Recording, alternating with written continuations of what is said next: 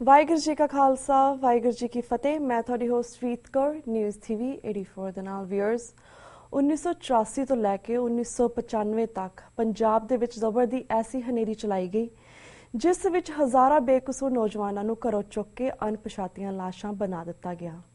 ਇਹਨਾਂ ਬੱਚਿਆਂ ਦਾ ਕਸੂਰ ਸਿਰਫ ਇੰਨਾ ਹੀ ਸੀ ਕਿ ਇਹਨਾਂ ਨੇ ਸਿੰਘਾਂ ਦੇ ਘਰ ਜਨਮ ਲਿਆ। ਪੰਜਾਬ ਵਿੱਚ ਅੱਤਵਾਦ ਦੇ ਖਿਲਾਫ ਲੜਾਈ ਦੇ ਨਾਮ ਥੱਲੇ ਕਿਵੇਂ ਹਜ਼ਾਰਾਂ ਬੇਕਸੂਰ ਬੇਗੁਨਾਹ ਸਿੱਖ ਨੌਜਵਾਨਾਂ ਨੂੰ ਮਾਰ ਮੁਕਾਇਆ ਗਿਆ ਅਤੇ ਉਹਨਾਂ ਦੀਆਂ ਲਾਸ਼ਾਂ ਨੂੰ ਅਣਪਛਾਤੀਆਂ ਕਹਿ ਕੇ ਜਲਾ ਦਿੱਤਾ ਗਿਆ। ਇਹਨਾਂ ਲਾਸ਼ਾਂ ਦਾ ਵੇਰਵਾ ਸਾਨੂੰ ਅੱਜ ਤੱਕ ਨਾ ਪਤਾ ਲੱਗਦਾ ਅਗਰ ਮਨੁੱਖੀ ਹੱਕਾਂ ਦੇ ਅਲੰਬਰਦਾਰ ਸਰਦਾਰ ਜਸਵੰਤ ਸਿੰਘ ਖਾਲੜਾ ਆਪਣੀ ਜਾਨ ਦੀ ਪਰਵਾਹ ਨਾ ਕਰਕੇ ਇਹਨਾਂ ਤੱਥਾਂ ਨੂੰ ਸਾਹਮਣੇ ਨਾ ਲੈ ਕੇ ਆਉਂਦੇ। ਇਸ ਸਮੇਂ ਦੌਰਾਨ ਖਾਲੜਾ ਜੀ ਨੂੰ ਧਮਕੀਆਂ ਦਿੱਤੀਆਂ ਗਈਆਂ, ਪਰ ਫਿਰ ਵੀ ਉਹ ਇਹਨਾਂ ਅਣਪਛਾਤੀਆਂ ਲਾਸ਼ਾਂ ਨੂੰ ਪਹਿਚਾਣ ਦੇਣ ਦੇ ਵਿੱਚ ਡਟੇ ਰਹੇ। ਵਿਊਅਰਸ, ਫਿਰ ਉਹੀ ਹੋਇਆ ਜਿਸ ਗੱਲ ਦਾ ਡਰ ਸੀ। ਸ਼ਹੀਦ ਭਾਈ ਜਸਵੰਤ ਸਿੰਘ ਖਾਲੜਾ ਜੀ ਨੂੰ 6 ਸਤੰਬਰ ਨੂੰ ਉਹਨਾਂ ਦੇ ਘਰੋਂ ਚੁੱਕ ਲਿਆ ਗਿਆ ਅਤੇ ਇੱਕ ਅਣਪਛਾਤੀ ਲਾਸ਼ ਬਣਾ ਦਿੱਤਾ ਗਿਆ। ਪਿਛਲੇ 20 ਸਾਲਾਂ ਤੋਂ ਅੰਮ੍ਰਿਤਸਰ ਵਿਖੇ ਉਹਨਾਂ ਦੇ ਸਾਲਾਨਾ ਸ਼ਹੀਦੀ ਯਾਦ ਮੌਕੇ ਹਰ ਸਾਲ ਉਹਨਾਂ ਦੇ ਘਰ ਸਹਿਜ ਪਾਠ, ਜੋ ਕਿ ਉਹਨਾਂ ਦੇ ਪਰਿਵਾਰ ਵੱਲੋਂ ਕੀਤਾ ਜਾਂਦਾ ਹੈ, ਦਾ ਭੋਗ ਪਾਇਆ ਜਾਂਦਾ ਹੈ। ਪਰ ਵਿਊਅਰਸ, ਅਸੀਂ ਸਵਾਲ ਸਾਰੇ ਦਰਸ਼ਕਾਂ ਲਈ ਛੱਡ ਰਹੇ ਹਾਂ ਕਿ ਜਿੱਥੇ ਬਾਕੀ ਸ਼ਹੀਦਾਂ ਦੇ ਦਿਨ ਮਨਾਏ ਜਾਂਦੇ ਹਨ, ਉਵੇਂ ਹੀ ਸਾਰੀਆਂ ਜਥੇਬੰਦੀਆਂ ਦਾ ਫਰਜ਼ ਬਣਦਾ ਹੈ ਕਿ ਸਾਡੇ ਇਸ ਕੌਮੀ ਸ਼ਹੀਦੀ ਯਾਦ ਨੂੰ ਵੀ ਮਨਾਉਣ ਲਈ ਸਾਰੇ ਜਥੇਬੰਦੀਆਂ ਕੋਈ ਵੱਡਾ ਉਪਰਾਲਾ ਕਰਨ। ਵਿਊਅਰਸ, ਅੱਜ ਅਸੀਂ ਸ਼ਹੀਦ ਭਾਈ ਜਸਵੰਤ ਸਿੰਘ ਖਾਲੜਾ ਜੀ ਦੀ ਸਿੰਘਣੀ ਬੀਬੀ ਪਰਮਜੀਤ ਕੌਰ ਜੀ ਨਾਲ ਵਿਸ਼ੇਸ਼ ਗੱਲਬਾਤ ਕਰਨ ਜਾ ਰਹੇ ਹਾਂ, ਜਿਹੜੇ ਕਿ ਇਸ ਵੇਲੇ ਅੰਮ੍ਰਿਤਸਰ ਤੋਂ ਸਾਡੇ ਨਾਲ ਫੋਨ ਲਾਈਨ ਤੇ ਜੁੜ ਚੁੱਕੇ ਨੇ। ਜੀ ਬੀਬੀ ਜੀ, ਵਾਹਿਗੁਰੂ ਜੀ ਕਾ ਖਾਲਸਾ ਵਾਹਿਗੁਰੂ ਜੀ ਕੀ ਫਤਿਹ। ਵਾਹਿਗੁਰੂ ਜੀ ਕਾ ਖਾਲਸਾ ਵਾਹਿਗੁਰੂ ਜੀ ਕੀ ਫਤਿਹ। ਜੀ ਵੀਰ ਜੀ, ਬੀਬੀ ਜੀ, ਹਰ ਸਾਲ ਅਸੀਂ ਤੁਹਾਡਾ ਇਸ ਸਮੇਂ ਗੱਲਬਾਤ ਕਰਦੇ ਹਾਂ, ਤਾਂ ਅਸੀਂ ਸਵਾਲ ਜਵਾਬ ਸ਼ੁਰੂ ਕਰਨ ਤੋਂ ਪਹਿਲਾਂ ਅਸੀਂ ਤੁਹਾਡੇ ਕੋਲ ਚਾਹਾਂਗੇ ਕਿ ਤੁਸੀਂ ਹਰ ਸਾਲ ਦੀ ਤਰ੍ਹਾਂ ਇਹਨਾਂ ਦੀ ਸਾਲਾਨਾ ਯਾਦ ਦੇ ਮੌਕੇ ਸਾਡੇ ਦਰਸ਼ਕਾਂ ਨੂੰ ਸਭ ਤੋਂ ਪਹਿਲਾਂ ਕੀ ਕਹਿਣਾ ਚਾਹੋਗੇ? ਹਾਂਜੀ, ਸਾਲ ਦੇ ਮਤਲਬ ਹਰ ਸਾਲ ਸ਼ਹੀਦੀ ਦਿਹਾੜਾ ਹਰ ਸਿੰਘ ਦਾ ਆਉਂਦਾ ਜੀ, ਤੇ ਮੈਂ ਸਮਝਦੀ ਹਾਂ ਮੋਰਲੀ ਸਿੱਖ ਕੌਮ ਨੂੰ ਆਪਣੇ ਸ਼ਹੀਦਾਂ ਨੂੰ ਯਾਦ ਰੱਖਣ ਦੇ ਵਾਸਤੇ ਘੱਟੋ ਘੱਟ ਉਹਨਾਂ ਦੇ ਸ਼ਹੀਦੀ ਦਿਹਾੜੇ ਤੇ ਉਹਨਾਂ ਨੂੰ ਯਾਦ ਕਰਨਾ ਜੀ, ਇਹ ਬਹੁਤ ਮੇਰਾ ਖਿਆਲ ਹੈ ਇਹੋ ਹੀ ਇੱਕ ਤਰੀਕਾ ਰਹਿ ਗਿਆ ਸਾਡੇ ਕੋਲ ਵੀ ਅਸੀਂ ਉਹਨਾਂ ਨੂੰ ਯਾਦ ਕਰੀਏ ਤਾਂ ਕਿ ਜਿਹੜੀ ਸਿੱਖ ਕੌਮ ਹੈ ਉਹਨਾਂ ਨੂੰ ਅੱਗੇ ਵਧਣ ਦੇ ਵਿੱਚ ਇਹ ਜਿਹੜੇ ਸ਼ਹੀਦੀ ਦਿਹਾੜੇ ਹੈ ਉਹ ਸਹਾਈ ਹੋਣ। ਹਾਂਜੀ ਜੀ, ਆਵਾਜ਼ ਰਿਵਰਸ ਹੋ ਕੇ ਆ ਰਹੀ ਹੈ। ਹੈਲੋ, ਹਾਂਜੀ, ਆਵਾਜ਼ ਰਿਵਰਸ ਹੋ ਕੇ ਆ ਰਹੀ, ਮੇਰੀ ਆਵਾਜ਼ ਮੈਨੂੰ ਸੁਣ ਰਹੀ ਹੈ? ਉਹ ਤੁਹਾਨੂੰ ਐਕੋ ਆ ਰਹੀ ਆ? ਹਾਂਜੀ, ਤੁਹਾਡੀ ਨਾਲ ਸੈਟਿੰਗ ਹੁੰਦੀ ਜਾਏਗੀ। ਭੈਣ ਜੀ, ਤੁਸੀਂ ਸਾਨੂੰ ਦੱਸਦੇ ਪਏ ਸੀਗੇ ਕਿ ਸਾਨੂੰ ਸਾਲਾਨਾ ਯਾਦ ਮਨਾਉਣੀ ਚਾਹੀਦੀ ਹੈ, ਉਸ ਤੋਂ ਅੱਗੇ ਤੁਸੀਂ ਸ਼ੁਰੂ ਕਰੋ, ਨਾਲ ਸੈਟਿੰਗ ਹੁੰਦੀ ਰਹੇਗੀ, ਕਿਉਂਕਿ ਸ਼ਾਇਦ ਕਈ ਵੇਲੇ ਲਾਈਵ ਪ੍ਰੋਗਰਾਮ ਦੇ ਵਿੱਚ ਥੋੜੀ ਪ੍ਰੋਬਲਮ ਆ ਜਾਂਦੀ ਹੈ।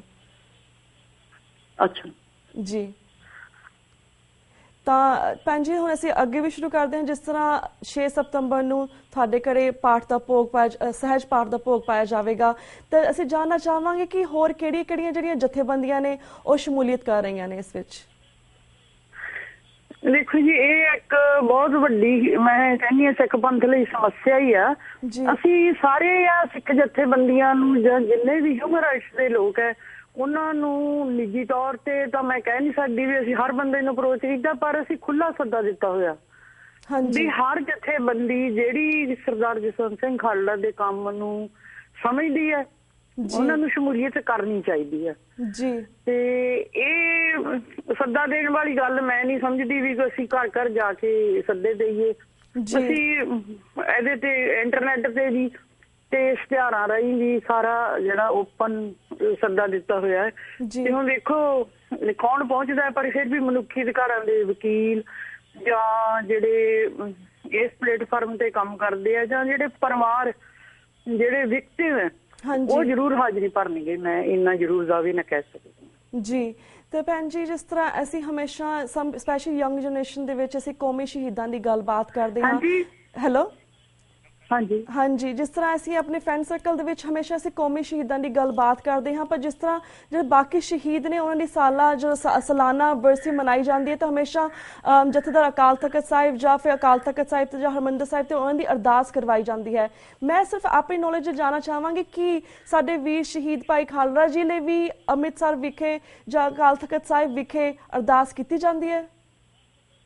ਨਹੀਂ ਜੀ, ਇਹ ਇੱਕ ਡਿਫਰੈਂਸ ਹੈ।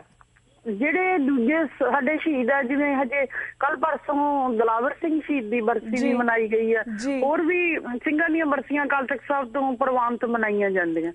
ਪਰ ਸਰਦਾਰ ਜਸਵੰਤ ਸਿੰਘ ਖਾਲਸਾ ਦੀ ਲੜਾਈ ਸਟੇਟ ਨਾਲ ਸੀ ਜੀ, ਸਿੱਧੀ ਪੁਲਿਸ ਨਾਲ ਲੜਾਈ ਸੀ, ਸਿੱਧੀ ਸਟੇਟ ਨਾਲ ਲੜਾਈ ਸੀ। ਇਸ ਕਰਕੇ ਤੁਸੀਂ ਜਾਣਦੇ ਹੋ ਕਿ ਜਿਹੜੀ ਸੱਤਾਧਾਰੀ ਧਿਰ ਹੈ ਉਹ ਬਾਦਲ ਹੈ ਇਸ ਵੇਲੇ, ਤੇ ਬਾਦਲ ਕਦੋਂ ਚਾਹੂਗਾ ਵੀ ਜਿਹੜੇ ਲੋਕ ਸਟੇਟ ਦੇ ਖਿਲਾਫ ਹਮੇਸ਼ਾ ਖੜਦੇ ਆ, ਅਸੀਂ ਵੀ ਖੜਦੇ ਆ, ਅਸੀਂ ਵੀ ਆਪਣਾ ਇਨਸਾਫ ਲੈਣ ਲਈ ਸਟੇਟ ਨੂੰ ਪੁੱਛਦੇ ਆ, ਪੁਲਿਸ ਨੂੰ ਪੁੱਛਦੇ ਆ। ਇਸ ਕਰਕੇ ਜਿੰਨਾ ਚਿਰ ਇਹਨਾਂ ਦਾ ਜਿਹੜੇ ਇਹ ਦੰਭੀ ਬੈਠੇ ਆ ਕਬਜ਼ਾ ਕਰਕੇ ਅਕਾਲ ਤਖਤ ਸਾਹਿਬ ਤੇ ਸ਼੍ਰੋਮਣੀ ਕਮੇਟੀ ਤੇ, ਉਹਨਾਂ ਚਿਰ ਸਰਦਾਰ ਜਸਵੰਤ ਸਿੰਘ ਦੀ ਬਰਸੀ ਹੈ ਜਿਹੜੀ ਉਹ ਨਹੀਂ ਮਨਾਈ ਜਾਊਗੀ ਅਕਾਲ ਤਖਤ ਸਾਹਿਬ ਤੇ। ਬੇਸ਼ੱਕ ਸਰਦਾਰ ਜਸਵੰਤ ਸਿੰਘ ਖਾਲੜਾ ਦੀ ਜਿਹੜਾ ਚਿੱਤਰ ਹੈ ਜਾਂ ਫੋਟੋ ਹੈ ਉਹ ਅਕਾਲ ਤਖਤ ਅਜਾਇਬ ਘਰ ਦੇ ਵਿੱਚ ਸੁਸ਼ੋਭਿਤ ਹੈ, ਪਰ ਜਿਹੜੀਆਂ ਬਰਸੀਆਂ ਮਨਾਉਣੀਆਂ ਉਹਨਾਂ ਨੂੰ ਲੱਗਦਾ ਹੈ ਕਿ ਇਹ ਜਿਹੜੀ ਸਟੇਟ ਦੇ ਖਿਲਾਫ ਜਿਹੜਾ ਵੀ ਬੰਦਾ ਲੜਦਾ ਹੈ ਸਟੇਟ ਉਹਨੂੰ ਇਹੋ ਜਿਹੇ ਚਾਂਸ ਨਹੀਂ ਦਿੰਦੀ ਮੇਰੇ ਹਿਸਾਬ ਨਾਲ। ਹਾਂ, ਅਸੀਂ ਕੁਛ ਸਮਾਂ ਅਸੀਂ ਅਕਾਲ ਤਖਤ ਸਾਹਿਬ ਦੇ 6 ਸਤੰਬਰ ਨੂੰ ਹੀ ਡਿਸਅਪੀਅਰੈਂਸ ਡੇ ਵਜੋਂ ਉੱਥੇ ਜਾ ਕੇ ਸਮੂਹ ਜਿਹੜੇ ਜਿਨ੍ਹਾਂ ਦੇ ਪਰਿਵਾਰ ਸ਼ਹੀਦ ਹੋਏ ਆ ਉਹਨਾਂ ਨੂੰ ਨਾਲ ਲੈ ਕੇ ਅਸੀਂ ਉੱਥੇ ਅਕਾਲ ਤਖਤ ਸਾਹਿਬ ਦੇ ਅੱਗੇ ਅਰਦਾਸ ਜ਼ਰੂਰ ਕੀਤੀ ਹੈ, ਪਰ ਉੱਥੇ ਸ਼੍ਰੋਮਣੀ ਕਮੇਟੀ ਵੱਲੋਂ ਜਾਂ ਉਹਨਾਂ ਦੇ ਵੱਲੋਂ ਅਕਾਲ ਤਖਤ ਸਾਹਿਬ ਵੱਲੋਂ ਕਦੇ ਵੀ ਜਸਵੰਤ ਸਿੰਘ ਖਾਲੜਾ ਦੀ ਬਰਸੀ ਨਹੀਂ ਮਨਾਈ ਗਈ। ਜੀ ਤੇ ਭੈਣ ਜੀ, ਆਈ ਨੋ ਤੁਹਾਨੂੰ ਅਸੀਂ ਹਰ ਸਾਲ ਗੱਲਬਾਤ ਕਰਦੇ, ਤੁਹਾਡੇ ਲਈ ਉਹਨਾਂ ਪਲਾਂ ਨੂੰ ਬਾਰ-ਬਾਰ ਦੁਹਰਾਉਣਾ ਤੇ ਬਾਰ-ਬਾਰ ਸਾਨੂੰ ਦੱਸਣਾ ਬਹੁਤ ਮੁਸ਼ਕਿਲ ਹੋ ਜਾਂਦਾ, ਪਰ ਸਾਡੇ ਨਾਲ ਪਿਛਲੇ ਸਾਲ ਤੋਂ ਲੈ ਕੇ ਹੁਣ ਇਸ ਸਾਲ ਤੱਕ TV 84 ਦੇ ਨਾਲ ਬਹੁਤ ਸਾਰੇ ਨਵੇਂ ਦਰਸ਼ਕ ਜੁੜੇ ਨੇ। ਅਸੀਂ ਚਾਹਾਂਗੇ ਕਿ ਤੁਸੀਂ ਉਹਨਾਂ ਦੀ ਜਾਣਕਾਰੀ ਲਈ ਉਹਨਾਂ ਨੂੰ ਫਿਰ ਤੋਂ ਇੱਕ ਵਾਰ ਦੱਸੋ ਕਿ ਜਿਹੜੇ ਵੀਰ ਜੀ ਦਾ ਸਾਡੇ ਉਹਨਾਂ ਕਤਲ ਕੀਤਾ ਗਿਆ ਸੀ, ਇਹਨਾਂ ਨੇ ਸ਼ਹੀਦੀ ਪਾਈ ਸੀਗੀ, ਉਹ ਕਿਉਂ ਕੀਤਾ ਗਿਆ ਸੀ ਇਹਨਾਂ ਦਾ ਕਤਲ, ਤੇ ਇਹਨਾਂ ਨੂੰ ਕਿਸ ਤਰ੍ਹਾਂ ਸ਼ਹੀਦ ਕੀਤਾ ਗਿਆ ਸੀ। ਇਸ ਬਾਰੇ ਸਾਨੂੰ ਪੂਰੇ ਵੇਰਵੇ ਦੇ ਨਾਲ ਜਾਣਕਾਰੀ ਦਿਓ ਦੁਬਾਰਾ ਤੋਂ। ਹਾਂਜੀ, ਵੇਖੋ 20ਵੀਂ ਸਦੀ ਦੇ ਵਿੱਚ ਸਿੱਖਾਂ ਨੇ ਬਹੁਤ ਦਰਦ ਹੰਢਾਇਆ ਹੈ। 1947 ਦੇ ਵਿੱਚ ਜਿੰਨਾ ਕਤਲੇਆਮ ਹੋਇਆ, ਕਹਿੰਦੇ ਦੁਨੀਆ ਦੀ ਕਿਸੇ ਵੀ ਆਜ਼ਾਦੀ ਦੀ ਲੜਾਈ ਦੇ ਵਿੱਚ ਇੰਨੇ ਬੰਦੇ ਨਹੀਂ ਮਾਰੇ ਗਏ, 10 ਲੱਖ ਬੰਦਾ ਮਾਰਿਆ ਗਿਆ। ਤੇ ਉਸ ਤੋਂ ਇਮੀਡੀਏਟ ਬਾਅਦ 47 ਤੋਂ ਬਾਅਦ 17-18 ਸਾਲ ਦੇ ਵਕਫੇ ਦੇ ਬਾਅਦ ਹੀ ਜਿਹੜਾ 84 ਦਾ ਘੱਲੂਘਾਰਾ ਜਿਹੜਾ ਇਹ ਹੋ ਗਿਆ, ਉਸ ਤੋਂ ਬਾਅਦ ਦਿੱਲੀ ਦਾ ਹੋ ਗਿਆ। ਇਹ ਸਦੀ ਸਾਡੇ ਲਈ ਬੜੀ ਦੁਖਦਾਈ ਹੈ। ਸਰਦਾਰ ਜਸਵੰਤ ਸਿੰਘ ਖਾਲੜਾ ਨੇ ਤਾਂ ਇੱਕ ਐਨਾਲਿਸਿਸ ਕੀਤਾ, ਵੀ ਐਨਾਲਿਸਿਸ ਕਰਕੇ ਦੁਨੀਆ ਨੂੰ ਦੱਸਣ ਦੀ ਕੋਸ਼ਿਸ਼ ਕੀਤੀ ਕਿ ਪੰਜਾਬ ਦੇ ਵਿੱਚ ਕਿਸ ਤਰ੍ਹਾਂ ਸਟੇਟ ਵੱਲੋਂ ਪੁਲਿਸ ਵੱਲੋਂ ਸਿੱਖਾਂ ਦੀ ਨਸਲਕੁਸ਼ੀ ਹੋ ਰਹੀ ਆ। ਔਰ ਇਹਦਾ ਜਿਹੜਾ ਪ੍ਰਤੱਖ ਪ੍ਰਮਾਣ ਹੈ, ਉਹਨਾਂ ਨੇ ਕੋਈ ਮੂੰਹ ਜ਼ਬਾਨੀ ਗੱਲਾਂ ਨਹੀਂ ਕੀਤੀਆਂ, ਉਹਨਾਂ ਨੇ ਸ਼ਮਸ਼ਾਨ ਘਾਟਾਂ ਵਿੱਚ ਜਾ ਕੇ ਉਹਨਾਂ ਲੋਕਾਂ ਦੀਆਂ ਲਾਸ਼ਾਂ ਦਾ ਵੇਰਵਾ ਕੱਢ ਕੇ ਲਿਆਂਦਾ ਔਰ ਮੀਡੀਆ ਰਾਹੀਂ ਸਟੇਟ ਦੇ ਸਾਹਮਣੇ ਰੱਖਿਆ। KPS ਗਿੱਲ ਨੂੰ ਸਵਾਲ ਕੀਤਾ ਕਿ ਆਹ ਲੋਕ ਕੌਣ ਹੈ ਜਿਨ੍ਹਾਂ ਦੇ ਨਾਂ ਪਤੇ ਵੀ ਲਿਖੇ ਹੋਏ ਆ, ਜਿਨ੍ਹਾਂ ਨੂੰ ਸਟੇਟ ਨੇ ਮਾਰਿਆ ਵੀ ਹੈ ਤੇ ਉਹਨਾਂ ਦੇ ਨਾਂ ਪਤੇ ਵੀ ਲਿਖੇ ਆ, ਉਹਨਾਂ ਨੂੰ ਫਿਰ ਵੀ ਉਹਨਾਂ ਨੂੰ ਲਾਵਾਰਸ ਕਿਹਾ। ਇੱਕ ਟੈਕਨੀਕਲੀ ਉਹਨਾਂ ਦੀ ਮਿਸਟੇਕ ਸੀਗੀ ਇਹ, ਵੀ ਸਾਰਾ ਕੁਝ ਹੋਣ ਦੇ ਬਾਵਜੂਦ ਵੀ ਉਹ ਲਾਵਾਰਸ ਕਹਿ ਕੇ ਉਹਨਾਂ ਦੀ ਲਾਸ਼ ਜਿਹੜੀ ਉਹ ਸਾੜਦੇ ਆ। ਔਰ ਈਵਨ ਜਿਹੜੀ ਕਾਰਪੋਰੇਸ਼ਨ ਤੋਂ 350 ਦੀ ਲੱਕੜ ਲੈ ਕੇ ਉਹਨਾਂ ਦੀਆਂ ਲੱਕੜਾਂ ਵੀ ਜਿਹੜੀਆਂ ਉਹ ਕਾਰਪੋਰੇਸ਼ਨ ਤੋਂ ਵਸੂਲ ਕੀਤੀਆਂ ਸਟੇਟ ਨੇ। ਇਹ ਇੱਕ ਇਹੋ ਜਿਹਾ ਕਾਰਾ ਹੈ ਜਿਹੜਾ ਦੁਨੀਆ ਦੇ ਵਿੱਚ ਕਿਤੇ ਵੀ ਨਹੀਂ ਹੋਇਆ ਹੋਣਾ ਜੋ ਪੰਜਾਬ ਦੇ ਵਿੱਚ ਹੋਇਆ ਹੈ। ਕਸ਼ਮੀਰ ਵਿੱਚ ਵੀ ਹੋਇਆ ਇਸ ਤਰ੍ਹਾਂ। ਉਹਨਾਂ ਨੇ ਵੀ ਆਪਣੇ ਜਿਹੜੇ 900 ਤੋਂ ਵੱਧ ਜਿਹੜੀਆਂ ਕਬਰਾਂ ਖੋਦ ਕੇ ਜਿਹੜੇ ਡਿਸਪੀਅਰ ਲੋਕ ਕੱਢੇ ਆ, ਹੁੰਦਾ ਹੈ। ਪਰ ਇਹ ਪੰਜਾਬ ਦੇ ਵਿੱਚ ਜਿਹੜੀ ਘੱਟ ਗਿਣਤੀਆਂ ਨਾਲ ਜੋ ਹੋ ਰਿਹਾ ਜਾਂ ਹੁਣ ਵੀ ਹੋ ਰਿਹਾ ਹੈ, ਉਦੋਂ ਵੀ ਹੋਇਆ, ਉਹਦੀ ਜਿਹੜੀ ਸੱਚੀ ਤਸਵੀਰ ਹੈ ਉਹ ਸਰਦਾਰ ਜਸਵੰਤ ਸਿੰਘ ਖਾਲੜਾ ਨੇ ਕੱਢ ਕੇ। ਮੈਂ ਕੱਲ ਵੀ ਮੇਰੀ ਗੱਲ ਹੋਈ ਆ, ਮੈਂ ਕਹਿੰਦੀ ਆ ਵੀ ਸਰਦਾਰ ਜਸਵੰਤ ਸਿੰਘ ਦੀ ਕਾਬਲੀਅਤ ਨੂੰ ਦਾਦ ਦੇਣੀ ਬਣਦੀ ਹੈ, ਮੇਰੀ ਨਹੀਂ ਸਾਰੀ ਸਿੱਖ ਕੌਮ ਨੂੰ। ਵੀ ਉਸ ਬੰਦੇ ਨੇ ਇਹ ਗੱਲ ਨੂੰ ਆਪਣੇ ਕੋਲ ਲਗਾਉਣ ਦੀ ਬਜਾਏ, ਪੰਜਾਬ ਵਿੱਚ ਕਰਨ ਦੀ ਬਜਾਏ, ਇੰਡੀਆ ਵਿੱਚ ਕਰਨ ਦੀ ਬਜਾਏ, ਉਹਨੇ ਇਸ ਮਸਲੇ ਨੂੰ ਇੰਟਰਨੈਸ਼ਨਲ ਲੈਵਲ ਤੇ ਗੱਲ ਲਿਆਂਦੀ। ਉਹਨਾਂ ਨੇ ਆਪਣਾ ਸਾਰਾ ਰਿਕਾਰਡ ਸਾਂਭ ਕੇ ਕੈਨੇਡਾ ਵਿੱਚ ਗਏ, ਕੈਨੇਡਾ ਵਿੱਚ ਜਾ ਕੇ ਆਪਣੀ ਸਾਰੀ ਗੱਲ ਲੋਕਾਂ ਨੂੰ ਦੱਸੀ। ਗੁਰੂ ਘਰ ਡਿਕਸੀ ਵਿੱਚ ਵੀ ਉਹਨਾਂ ਨੇ ਆਪਣੀ ਗੱਲ ਦੱਸੀ ਤੇ ਈਵਨ ਅੱਜ ਤੱਕ ਇਹ ਗੱਲ ਮੰਨੀ ਜਾਂਦੀ ਹੈ ਸਾਡੇ ਇੱਥੇ ਕਿ ਜਿਹੜੇ ਅਸੀਂ ਲੋਕ ਸਿੱਖ ਉੱਥੇ ਜਾਂਦੇ ਆ ਗੁਰਦੁਆਰਿਆਂ ਵਿੱਚੋਂ ਹੋ ਕੇ ਬੋਲ ਕੇ ਮੁੜ ਆਉਂਦੇ ਆ, ਕਦੇ ਕਿਸੇ ਨੇ ਪਾਰਲੀਮੈਂਟ ਤੱਕ ਪਹੁੰਚ ਨਹੀਂ ਸੀ ਕੀਤੀ। ਪਰ ਜਸਵੰਤ ਸਿੰਘ ਖਾਲੜਾ ਇੱਕ ਐਡਵੋਕੇਟ ਦੇ ਤੌਰ ਤੇ ਐਡਵੋਕੇਸੀ ਕਰਦੇ ਸੀ। ਉਹਨਾਂ ਨੂੰ ਇਹ ਲੱਗਦਾ ਸੀ ਕਿ ਮੇਰੀ ਗੱਲ ਇਹ ਜੇ ਮੈਂ ਇੱਥੇ ਹੀ ਕਰਕੇ ਮੁੜ ਗਿਆ ਗੁਰਦੁਆਰਿਆਂ 'ਚ ਤੇ ਗੁਰਦੁਆਰਿਆਂ 'ਚ ਹੀ ਰਹਿ ਜਾਣੀ ਹੈ, ਤੇ ਇਸ ਕਮਿਊਨਿਟੀ ਨੂੰ, ਇੰਟਰਨੈਸ਼ਨਲ ਕਮਿਊਨਿਟੀ ਨੂੰ ਇਸ ਗੱਲ ਦੀ ਸਮਝ ਨਹੀਂ ਲੱਗਣੀ ਜੀ। ਇਸ ਕਰਕੇ ਉਹਨਾਂ ਨੇ ਆਪਣੀ ਜਿਹੜੀ ਇਹ ਗੱਲ ਹੈ ਉਹ ਕੈਨੇਡਾ ਦੀ ਪਾਰਲੀਮੈਂਟ ਵਿੱਚ ਰੱਖੀ, ਤੇ ਪਾਰਲੀਮੈਂਟ ਵਿੱਚ ਰੱਖਣ ਕਰਕੇ ਇਹ ਜਿਹੜਾ ਇਸ਼ੂ ਹੈ ਸਿੱਖਾਂ ਦਾ, ਜਿਹੜਾ ਲਾਵਾਰਸ ਲਾਸ਼ਾਂ ਦਾ ਸ਼ਬਦ ਹੀ ਮੇਰਾ ਖਿਆਲ ਹੈ ਕ੍ਰੀਏਟ ਉਹਨਾਂ ਦਿਨਾਂ 'ਚ ਹੋਇਆ, ਤੇ ਮੀਡੀਆ ਵਿੱਚ ਵੀ ਇਹ ਗੱਲ ਆਮ ਹੋ ਗਈ ਤੇ ਘਰਾਂ 'ਚ ਵੀ ਇਹ ਗੱਲ ਹੋ ਗਈ। ਜਿਨ੍ਹਾਂ ਦੇ ਬੱਚੇ ਚੁੱਕੇ ਸੀ ਉਹ ਵੀ ਇਸ ਗੱਲ ਨੂੰ ਮਹਿਸੂਸ ਕਰਨ ਲੱਗੇ ਕਿ ਸਾਡੇ ਹੁੰਦਿਆਂ ਸਾਡੇ ਬੱਚਿਆਂ ਨੂੰ ਲਾਵਾਰਸ ਕੀਤਾ ਗਿਆ, ਤਾਂ ਇਹ ਇੰਟਰਨੈਸ਼ਨਲ ਇਸ਼ੂ ਬਣਿਆ।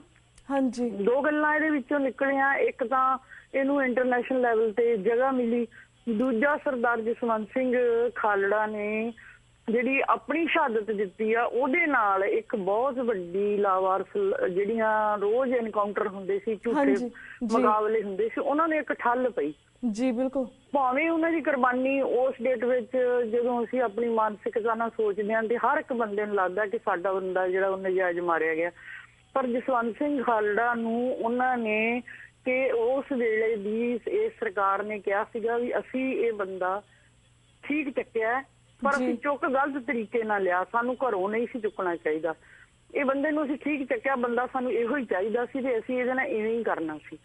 ਤੇ ਅੱਜ ਦੀ ਡੇਟ ਵਿੱਚ ਮੈਂ ਇਸ ਗੱਲ ਨੂੰ ਸਮਝਦੀ ਹਾਂ ਕਿ ਉਸ ਵੇਲੇ ਸਰਦਾਰ ਜਸਵੰਤ ਸਿੰਘ ਖਾਲੜਾ ਦੀ ਜਿਹੜੀ ਸ਼ਹਾਦਤ ਉਹ ਬਹੁਤ ਜ਼ਰੂਰੀ ਸੀ, ਤਾਂ ਕਿ ਜਿਹੜੇ ਹਜ਼ਾਰਾਂ ਮੁੰਡੇ ਇਹਨਾਂ ਨੇ ਹੋਰ ਮਾਰਨੇ ਸੀ ਉਹਨਾਂ ਦਾ ਜਿਹੜਾ ਇੱਕ ਵਾਰੀ ਜਿਹੜੀ ਸਟੇਟ ਘਰਾਂ ਤੋਂ ਬੱਚੇ ਚੱਕ ਕੇ ਮਾਰਦੀ ਸੀ, ਉਹੋ ਹੀ ਪੁਲਿਸ ਜਦੋਂ ਜਸਵੰਤ ਸਿੰਘ ਖਾਲੜਾ ਦਾ 6 ਸਤੰਬਰ ਨੂੰ ਇਲੈਕਸ਼ਨ ਹੋਣੀ, ਫਿਰ ਅਸੀਂ ਕੋਰਟ ਦੇ ਵਿੱਚ ਮੂਵ ਕਰਨਾ, ਉਹਦੇ ਨਾਲ ਜਿਹੜੀ ਸਾਰੀ ਬਲੀਸ ਸੀਗੀ ਉਹ ਫਿਰ ਅੱਗੇ ਲੱਗ ਤੁਰੀ। ਸਭ ਨੂੰ ਇਹ ਗੱਲ ਸਮਝ ਲੱਗ ਗਈ ਕਿ ਹੁਣ ਸਾਡਾ ਜਿਹੜਾ ਬਚਾਅ ਹੈ ਕੋਰਟਾਂ ਤੋਂ ਨਹੀਂ ਹੋਣਾ।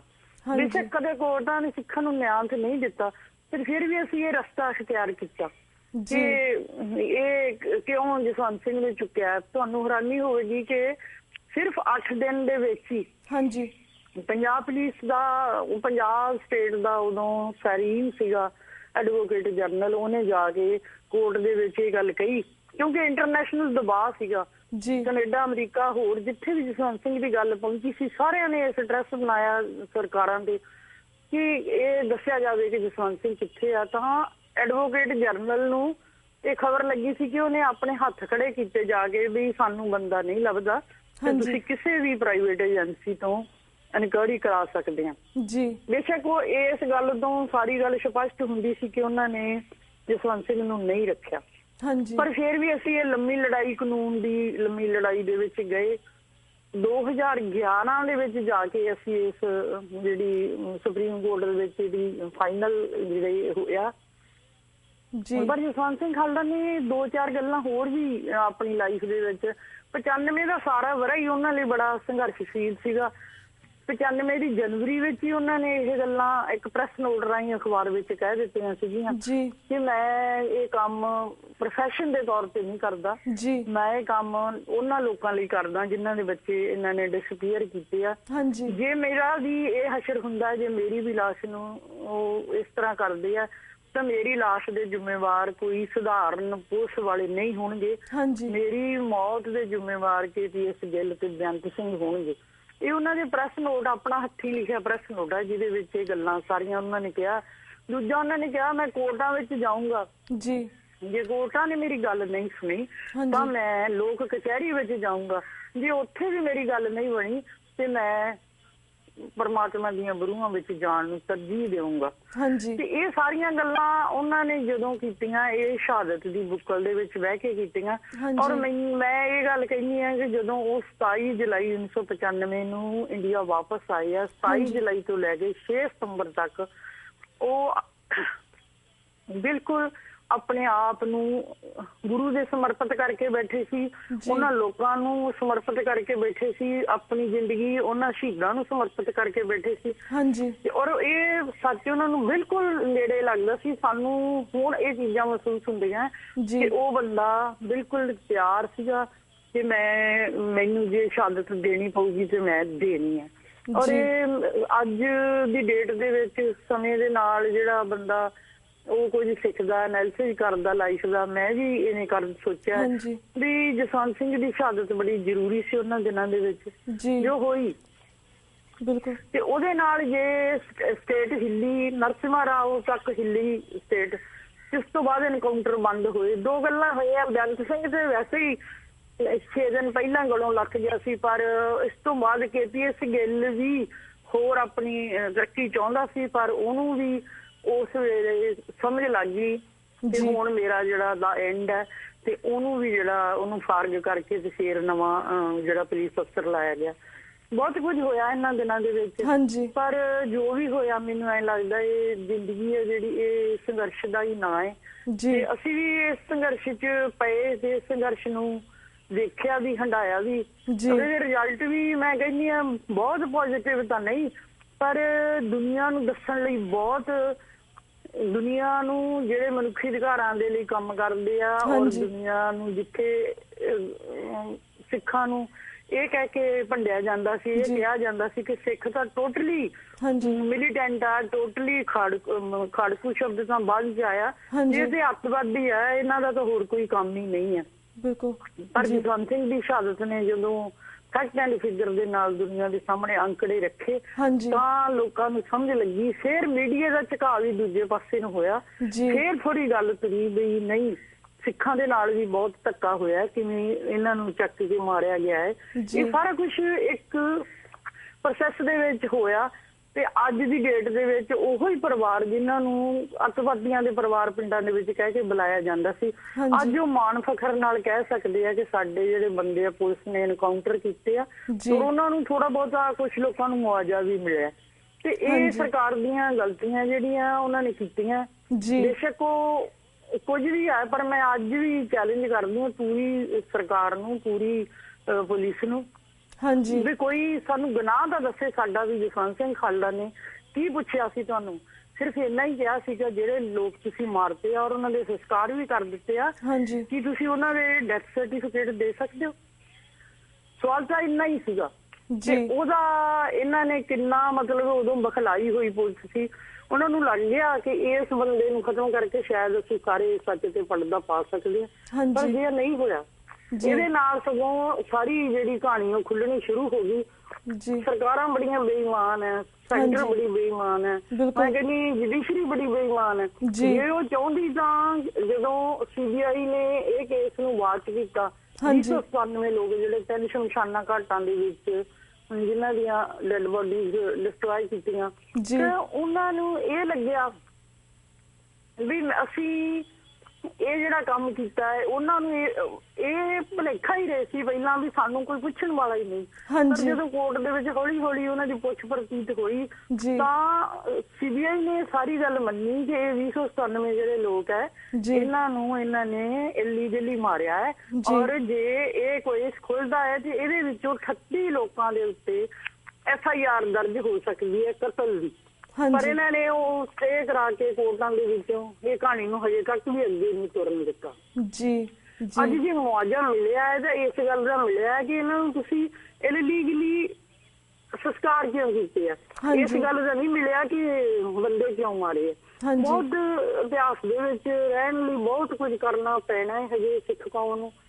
ਮੈਨੂੰ ਲੱਗਦਾ ਹੈ ਕਿ ਇਹ ਕੇਸ ਹਲੇ ਸ਼ੁਰੂ ਹੀ ਹੋਇਆ ਲੋਕਾਂ ਨੂੰ ਇਨਸਾਫ ਲੈਣ ਲਈ। ਜੇ ਅਸੀਂ ਸਿੱਖ ਕੌਮ ਤਾਂ ਮੈਨੂੰ ਲੱਗਦਾ ਠੀਕ ਆ ਕੁਰਬਾਨੀਆਂ ਕਰਨ ਨੂੰ, ਤੇ ਅੱਜ ਵੀ ਜੇ ਲੋੜ ਪੈ ਗਈ ਤੇ ਸਾਰੇ ਧੜਾਧੜ ਕਰ ਜਾਣਗੇ, ਪਰ ਉਹਨੂੰ ਅੱਗੋਂ ਸਮਝਣਾ ਕੁਰਬਾਨੀ ਨੂੰ ਤੇ ਉਹਦੇ ਵਿੱਚੋਂ ਕੱਢ ਕੇ ਦੇਣਾ ਦੁਨੀਆ ਦੇ ਸਾਹਮਣੇ ਤੱਤ ਰੱਖਣੀ, ਇਹ ਸਾਨੂੰ ਜਾਂਚ ਹੱਲ ਨਹੀਂ ਆਈ ਮੈਨੂੰ ਲੱਗਦਾ। ਬਿਲਕੁਲ ਬੀਬੀ ਜੀ, ਅਸੀਂ ਵੀ ਖਾਲੜਾ ਜੀ ਦੀ ਜਿਹੜੀ YouTube ਦੇ ਉੱਪਰ ਉਹਦੀ ਲਾਸਟ ਸਪੀਚ ਸੀਗੀ ਕੈਨੇਡਾ ਦੀ, ਅਸੀਂ ਬਾਰ-ਬਾਰ ਦੇਖਦੇ ਹਾਂ, ਅਸੀਂ ਸ਼ੇਅਰ ਵੀ ਕਰਦੇ ਹਾਂ, ਬਾਰ-ਬਾਰ ਸਮਝਣ ਦੀ ਕੋਸ਼ਿਸ਼ ਕਰਦੇ। ਅਸੀਂ ਗੱਲ ਕੀਤੀ ਹੈ ਕਿ ਸਿੱਖਾਂ ਦੇ ਵਿੱਚ ਕੁਰਬਾਨੀਆਂ ਦਾ ਜਜ਼ਬਾ ਹੈਗਾ, ਸੱਚ ਹੱਕ ਦੀ ਆਵਾਜ਼ ਦੇ ਲਈ। ਅਸੀਂ ਦੇਖਿਆ ਇਹਨਾਂ ਦੀ ਆਵਾਜ਼ ਦੇ ਵਿੱਚ ਪਤਾ ਲੱਗਦਾ ਸੀ ਕਿ ਇਹ ਸ਼ਹਾਦਤ ਤੋਂ ਇਹਨਾਂ ਨੂੰ ਕੋਈ ਡਰ ਨਹੀਂ ਸੀਗਾ, ਸ਼ਹਾਦਤ ਦੇਣ ਲਈ ਤਿਆਰ ਸੀਗੇ। ਇਹਨਾਂ ਨੂੰ ਧਮਕਾਇਆ ਵੀ ਗਿਆ ਸੀ, ਫਿਰ ਵੀ ਇਹ ਡਰੇ ਨਹੀਂ। ਇਹਨਾਂ ਨੇ ਫਿਰ ਵੀ ਜਿਹੜੀਆਂ ਅਣਪਛਾਤੀਆਂ ਲਾਸ਼ਾਂ ਸੀ ਉਹਨੂੰ ਪਹਿਚਾਣ ਦੇਣ 'ਚ ਤੁਰੇ ਰਹੇ। ਸਰਦਾਰ ਜਸਵੰਤ ਸਿੰਘ ਖਾਲੜਾ ਜੀ ਨੇ ਸਟੇਟ ਨੂੰ ਚੈਲੰਜ ਕੀਤਾ, ਸਟੇਟ ਸਟੇਟ ਨੂੰ ਝੁਕਾਇਆ ਵੀ, ਤੁਸੀਂ ਵੀ ਉਸੇ ਰਸਤੇ ਤੇ ਚੱਲਦੇ ਰਹੇ। ਜਿਸ ਤੁਸੀਂ ਗੱਲ ਕੀਤੀ ਕਿ ਜਿਹੜੇ ਉਸ ਵੇਲੇ ਦੋਸ਼ੀ ਸੀ ਜਾਂ ਸਰਕਾਰਾਂ ਸੀਗੀਆਂ ਜਾਂ ਫਿਰ ਉਸ ਵੇਲੇ ਪੁਲਿਸ ਸੀਗੀ, ਉਹਨਾਂ ਨੇ ਗਲਤੀਆਂ ਕੀਤੀਆਂ, ਪਰ ਗਲਤੀਆਂ ਨਹੀਂ ਸੀਗੀਆਂ, ਗਲਤੀਆਂ ਭੁਲੇਖੇ ਨਾਲ ਹੁੰਦੀਆਂ, ਉਹ ਸਾਜ਼ਿਸ਼ਾਂ ਕੀਤੀਆਂ ਗਈਆਂ ਸੀਗੀਆਂ ਸਿੱਖਾਂ ਦੇ ਖਿਲਾਫ। ਪਰ ਜਿਸ ਤਰ੍ਹਾਂ ਕਾਫੀ ਸਾਰੇ ਉਹਨਾਂ ਦੇ ਵਿੱਚੋਂ ਫੜੇ ਵੀ ਗਏ ਨੇ, ਉਹਨਾਂ ਨੂੰ ਜੇਲ੍ਹਾਂ ਦੇ ਵਿੱਚ ਵੀ ਤੁਸੀਂ ਲੈ ਕੇ ਗਏ ਹੋ, ਜਿਨ੍ਹਾਂ ਨੇ ਸਾਜ਼ਿਸ਼ਾਂ ਕੀਤੀਆਂ। 5 ਪੁਲਿਸ ਵਾਲੇ ਸੀ ਜਿਨ੍ਹਾਂ ਨੂੰ ਉਮਰ ਕੈਦ ਵੀ ਹੋਈ, ਪਰ ਜਿਹੜਾ ਸਭ ਤੋਂ ਵੱਡਾ ਕੈਦੀ, ਜਿਹੜਾ ਸਭ ਤੋਂ ਵੱਡਾ ਸਭ ਕੁਝ ਕਰਵਾਇਆ ਹੈਗਾ, ਜਿਹਨੂੰ ਔਰੰਗਜ਼ੇਬ ਵੀ ਅੱਗੇ ਸਮਝਦੇ ਹਾਂ ਅਸੀਂ ਕਿ ਜਿਹੜਾ ਹੈਗਾ ਸਾਡਾ KPS ਗਿੱਲ, ਉਹ ਹਜੇ ਵੀ ਖੁੱਲ੍ਹੇਆਮ ਘੁੰਮ ਰਿਹਾ ਹੈ। ਭੈਣ ਜੀ, ਜਿਸ ਤਰ੍ਹਾਂ ਤੁਸੀਂ 2006 ਦੇ ਵਿੱਚ ਉਹਨਾਂ ਦੇ ਖਿਲਾਫ ਪਟੀਸ਼ਨ ਪਾਈ ਸੀਗੀ, ਉਹਨਾਂ ਖਿਲਾਫ ਕੇਸ ਕੀਤਾ ਸੀਗਾ, ਉਸ ਕੇਸ ਦਾ ਅੱਜ ਤੱਕ ਕੀ ਬਣਿਆ? ਕਿਉਂਕਿ ਹੁਣ ਤਾਂ 9 ਸਾਲ ਹੋ ਗਏ ਨੇ, ਉਹ ਕੇਸ ਕਿੱਥੇ ਗਿਆ, ਉਸ ਦੀ ਕੀ ਅਪਡੇਟ ਹੈ? ਦੇਖੋ ਜੀ, KPS ਗਿੱਲ ਉਹਨਾਂ ਦੀਆਂ ਏਜੰਸੀਆਂ ਦਾ ਫਿਲਾ ਹੈ ਜੀ। KPS ਗਿੱਲ ਨੂੰ ਜਦ ਸਿਕਿਉਰਿਟੀ ਮਿਲੀ ਹੋਈ ਆ, ਔਰ ਇਹ ਕੋਰਟ ਦੇ ਵਿੱਚੋਂ ਜਿਹੜੀ ਪਟੀਸ਼ਨ ਅਸੀਂ ਪਾਈ ਸੀ 6 ਸਤੰਬਰ ਨੂੰ ਹੀ 6 ਸਤੰਬਰ ਨੂੰ ਪਟੀਸ਼ਨ ਹਾਈ ਕੋਰਟ ਦੇ ਵਿੱਚ ਪ੍ਰੀਲਿਮਿਨਰੀ ਤੌਰ ਤੇ ਇਹਨੂੰ ਐਡ ਕੀਤਾ ਗਿਆ ਸੀ, ਕਿਉਂਕਿ ਕੇਸ ਜਿਹੜਾ ਉਦੋਂ ਫਾਈਨਲ ਹੋਣ ਵਾਲਾ ਸੀ ਜਦੋਂ ਕੁਲਦੀਪ ਸਿੰਘ ਦੀ ਗਵਾਹੀ ਆਈ ਆ ਜੀ। ਹੁਣ ਇਸ ਪਲੀ ਤੇ ਖਾਰਜ ਹੋਈ ਆ ਪਟੀਸ਼ਨ ਕਿ ਕੁਲਦੀਪ ਸਿੰਘ ਦੀ ਡੈਥ ਹੋ ਚੁੱਕੀ ਆ ਤੇ ਹੋਰ ਕੋਈ ਗਵਾਹ ਜਿਹੜਾ ਉਹ KPS ਗਿੱਲ ਤੇ ਨਹੀਂ ਬਣਦਾ, ਆਉਂਦਾ ਨਹੀਂ ਹੈ, ਕੋਈ ਸਿੱਧਾ ਉਹਦੇ ਤੇ ਗੱਲ ਨਹੀਂ ਕਰ ਰਿਹਾ। ਤੇ ਇਹ ਇੱਕ ਵੱਡੀ ਗੱਲ ਇਹ ਮੈਂ ਤੁਹਾਨੂੰ ਦੱਸਦੀ ਹਾਂ ਵੀ ਜਸਵੰਤ ਸਿੰਘ ਨੇ ਵੀ ਕਿਹਾ ਸੀਗਾ ਇਹ ਗੱਲ ਵੀ ਮੈਂ ਕੋਰਟਾਂ ਵਿੱਚ ਜਾਊਂਗਾ, ਜੇ ਕੋਰਟਾਂ ਨੇ ਮੇਰੀ ਗੱਲ ਨਹੀਂ ਸੁਣੀ ਤਾਂ ਮੈਂ ਲੋਕ ਕਚਹਿਰੀ ਵਿੱਚ ਜਾਊਂਗਾ। ਅਸੀਂ KPS ਗਿੱਲ ਨੂੰ 20 ਸਾਲਾਂ ਦੇ ਵਿੱਚ ਐਨ ਕਟਹਿਰੇ ਦੇ ਵਿੱਚ ਖੜਾ ਕੀਤਾ ਹੈ ਕਿ ਸਾਰੀ ਜਿਹੜੀ ਕੌਂਸਪੀਰੇਸੀ ਦਾ ਜ਼ਿੰਮੇਵਾਰ KPS ਗਿੱਲ ਹੈ। ਉਹਨੂੰ ਕੋਰਟਾਂ ਮਾਫ ਕਰ ਸਕਦੀਆਂ, ਪਰ ਉਹਨੂੰ ਨਿਆਂ ਮੰਗਣ ਵਾਲੇ ਤੇ ਨਿਆਂ ਚਾਹੁਣ ਵਾਲੇ ਜਾਂ ਜਿਹੜੇ ਵਿਕਟਿਮ ਲੋਕ ਹੈ ਉਹਨੂੰ ਕਦੇ ਮਾਫ ਨਹੀਂ ਕਰਨਗੇ।